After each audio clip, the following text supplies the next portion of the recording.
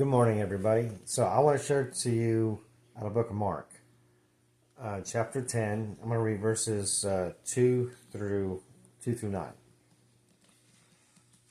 Some Pharisees came up to Jesus, testing him, and began to question him whether it was lawful for a man to divorce a wife.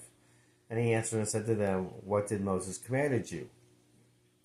They said, "Moses permitted a man to write a certificate of divorce and send her away." But Jesus said to them, "Because of your hardness of heart, he wrote this commandment.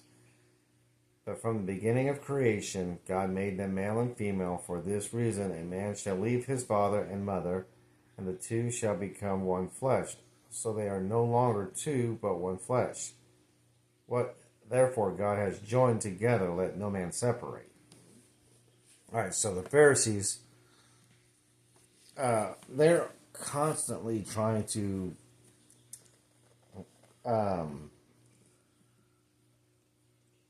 capture Jesus and anything that they could use against them to try to have him put away with for blasphemy, false teachings, you name it. And one aspect that they used was on the subject of divorce, because by the law of Moses, a man was allowed to divorce his wife and write a certificate of divorce and send her away. And if I remember right, actually, the intent of that was for the sole purpose of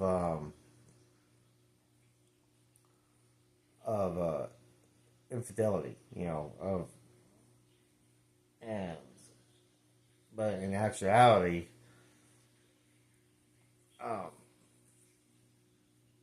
it was written because of man's hardened heart, as Jesus said, because God never intended for divorce at all.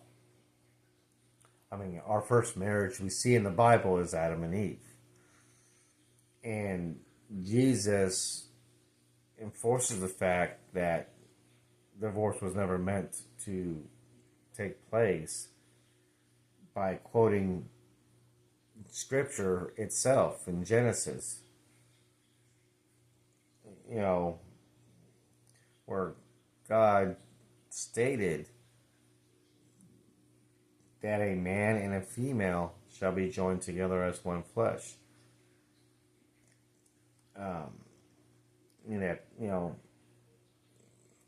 man will leave basically his parents and join with his wife. So when God brings two people together and they get married, it was never meant for them to ever separate or be divorced again. So what the Pharisees were basically trying to do, in my opinion, they were very intent on trying to legalize the law of Moses as being absolute. The law of Moses was it because God gave Moses those laws. And what Jesus was trying to tell them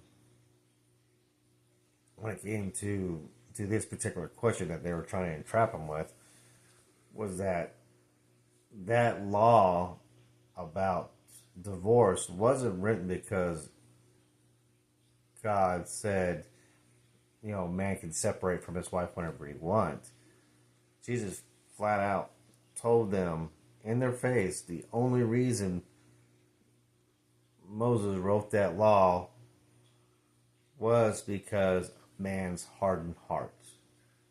Because of man's will to do what he wants to do, no matter what. and it's kind of a sad thing. And then when Moses wrote that, if I remember right, when he did write that commandment, God was allowing it for an adulterous affair only.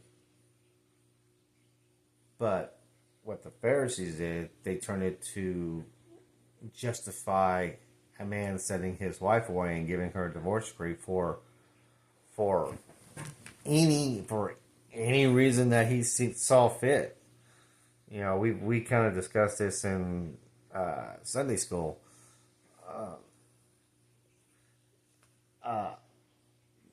You know, a couple of days ago, and you know, if a wife burnt dinner, you know, a man was allowed to divorce her and send her away. I mean, they still had a little bit of a process to go through, but it was pretty simple. You know, if the woman made the guy upset, he can divorce her, and that's what they used it for. That's what they used that command for. To justify, to legalize, there you go, to legalize divorce to suit their purpose. When God clearly, one, did not intend divorce, but, you know, but relented to give the commandment to Moses that in the case of infidelity or adulterous, you know, event, then is a man permitted to write a divorce decree and send the wife away. That was the only reason. But even then, God, you know, God emphasized that if, in His eyes, you're always going to be married. So, and, you know, and this is something that, you know, that I have to take to heart seriously. I've had 2 failed marriages. When I did actually catch my wife, who was a woman I should have never married anyways, because she wasn't a woman of God at all. But I actually did catch her in the actual act. And on my second one, I didn't end up divorcing in the second marriage.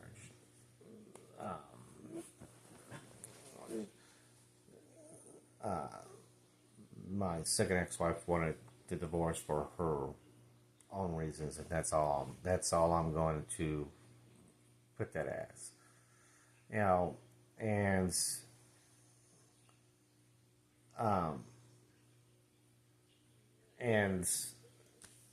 you know, and that's just because